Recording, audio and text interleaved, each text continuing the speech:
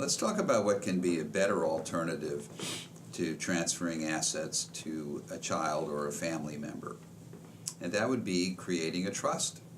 So what's a trust?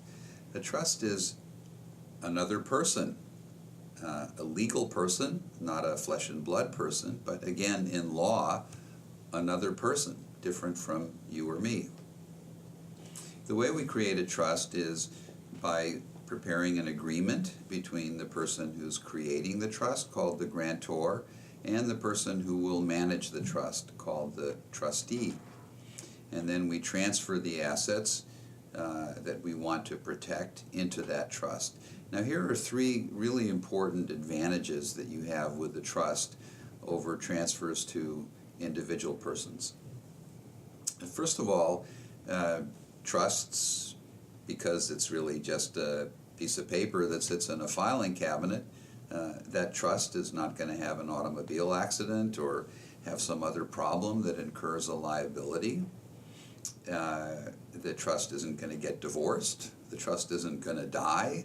And none of the things that can happen to individuals happen to trusts. So trusts are a very safe way to hold money or property, or really any kind of asset. The second important thing is that the trust will contain your estate plan, and the trust will say, where the assets in the trust go upon the death of the grantor. Nobody has to go to court. There won't be any probate or administration. There won't be any delay. There won't be any expense or cost or frustration that you would have by going to court. Now you have a very efficient, private way of administering your estate. The third thing is what's called a step-up in tax basis. And this is something that can be very interesting to people who have appreciated or appreciating assets. So here's an example. Let's say you bought your home 20, 30 years ago and you paid a small amount of money. Let's say you paid $50,000 for your home. And today that home is worth $1 million. Well, if you sold your home, you would have a $950,000 capital gain, and you would pay a lot of capital gain tax. But let's take the example of where that home has been transferred to a trust and then distributed upon your death to your children or whoever your beneficiaries are. And now they have what's called a new tax basis, a stepped-up tax basis. The home in their hands has a tax basis of $1 million. So if they sell it for $1 million, they have no capital gain, therefore no capital gain tax. So these are important reasons why people think about trusts. It isn't maybe necessary in every case, but it's certainly worth looking at.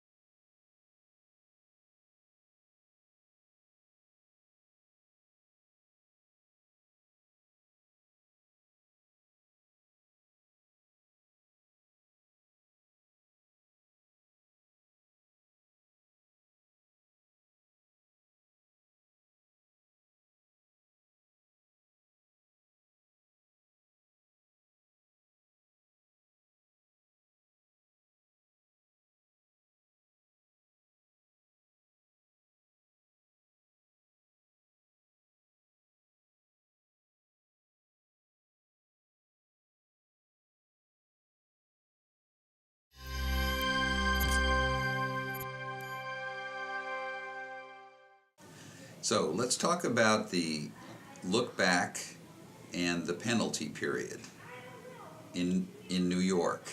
Again, if you live in another state, your laws may be different. The discussion today is about New York law. So the look back applies to Medicaid nursing home applications. It does not apply to community Medicaid. So if you're living at home and you're getting home care, or you need home care, you're looking for assisted living, you don't need to worry about the look back in New York.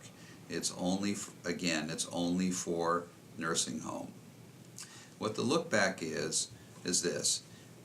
When you submit an application to Medicaid, you are required to produce all of the financial information for the preceding 5 years.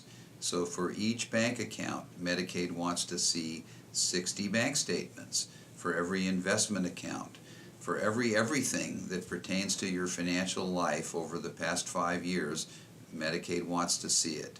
Why? Because they want to know, did you transfer money to somebody else? If you did, you will be subject to a penalty. All right, the penalty is one of ineligibility. So if you have transferred money, it may result in your being ineligible for Medicaid for a period of time. Nobody's going to get sued. Nobody's going to get in trouble. There's nothing illegal or improper about making gifts or transferring money. What we're talking about, though, is what happens in the Medicaid world if you're asking for a benefit and Medicaid is in a position to deny that benefit if you have transferred money during the look-back period. So, how does the penalty work? The penalty is a very simple calculation. Medicaid will look at the amount of money that you transferred during the look-back period, or the value of property that you transferred, and divide it by what's called the regional rate. Now, the regional rate is a number that Medicaid publishes every year for the geographic area where you live in New York State. So taking New York City as an example, for 2018, the regional rate is $12,319. So let's work out a simple example. Let's say during the look-back period, you transferred $123,000 to your children. Medicaid would take that number and divide it by the regional rate, again, $12,319, and the result would be about 10. That represents 10 months of ineligibility. That's the penalty, and that's how it works.